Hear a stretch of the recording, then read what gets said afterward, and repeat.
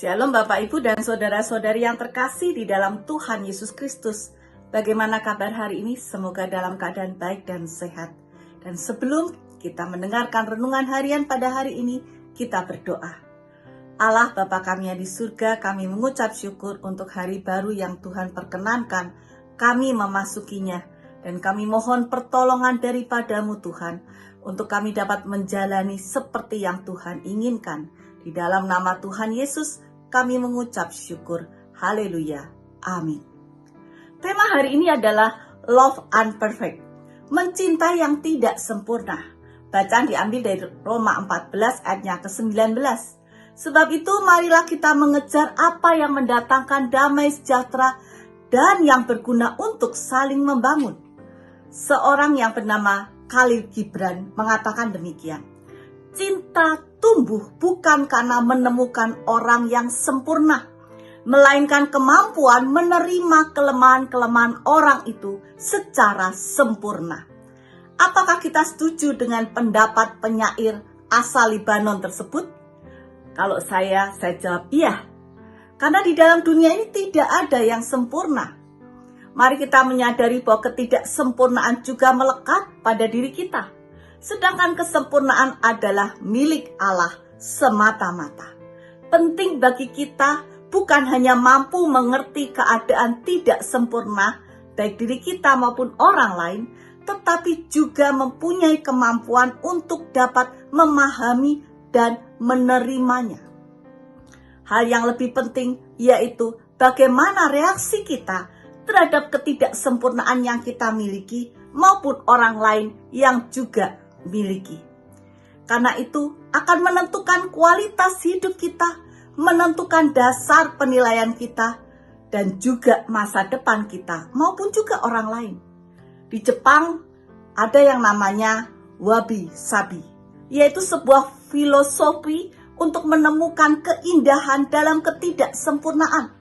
Lebih luas lagi, filosofi ini menceritakan tentang menerima ketidakabadian dan ketidaksempurnaan dalam hidup.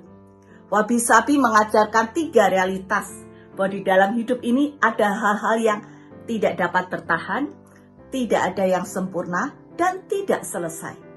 Dalam hidup ini memang kita harus menerima kenyataan bahwa tidak ada yang abadi, tidak ada yang sempurna, dan ada hal-hal yang tidak selesai juga. Mau tidak mau kita akan mengalaminya. Ini bukan tentang cara kita untuk menghindarinya, tetapi bagaimana cara kita untuk menghadapinya dengan bijaksana. Tolak ukur bijaksana adalah hal yang sederhana, yaitu jika reaksi kita menderita terhadap 3 hal tersebut, maka berarti kita belum bijaksana. Sebaliknya, jika kita sudah menerima 3 hal tersebut dengan sepenuh hati dan kita tidak merasa menderita, itu yang disebut bijaksana.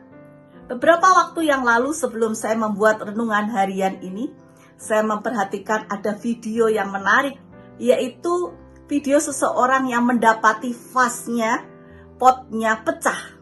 Apa yang terjadi? Dia tidak membuang vas ataupun pot yang pecah itu, tetapi dia kemudian menaruh tata letak yang indah. Dia berikan batu-batu, dia berikan tanah, ditaruh tanaman-tanaman yang indah, dan hasil akhirnya ternyata luar biasa indahnya. Dan saya merenungkan demikian juga kita menemukan keindahan di dalam ketidaksempurnaan kita. Kita belajar juga menemukan keindahan pada ketidaksempurnaan orang lain. Dan ketika kita menemukannya, kita bisa mulai menyukai dan mengaguminya. Sudut pandang wabi sabi ini juga tidak hanya berlaku pada benda-benda, sekali lagi, tapi juga pada manusia yang kita hadapi, termasuk diri kita. Baik aspek fisik maupun juga karakter.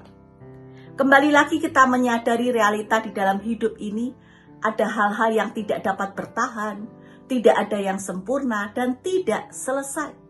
Kita belajar filosofi dari masyarakat Jepang ini dalam memandang diri kita dan orang lain, sehingga kita lebih mudah menerima kekurangan, menerima ketidaksempurnaan, baik diri kita, orang tua kita, anak-anak kita, teman-teman kita, termasuk teman-teman gereja kita, pasangan kita, dan semua orang, termasuk gereja kita.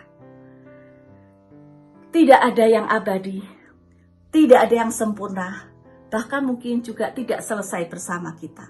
Ini adalah kenyataan yang harus kita terima, bukan untuk dipersoalkan.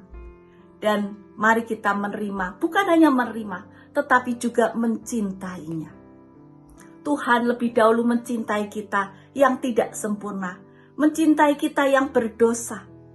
Dan Tuhan juga akan menolong kita semua untuk mencintai ketidaksempurnaan, untuk mendatangkan damai sejahtera, dan juga mendatangkan saling membangun, sehingga kehidupan kita lebih indah. Tuhan memberkati kita. Amin.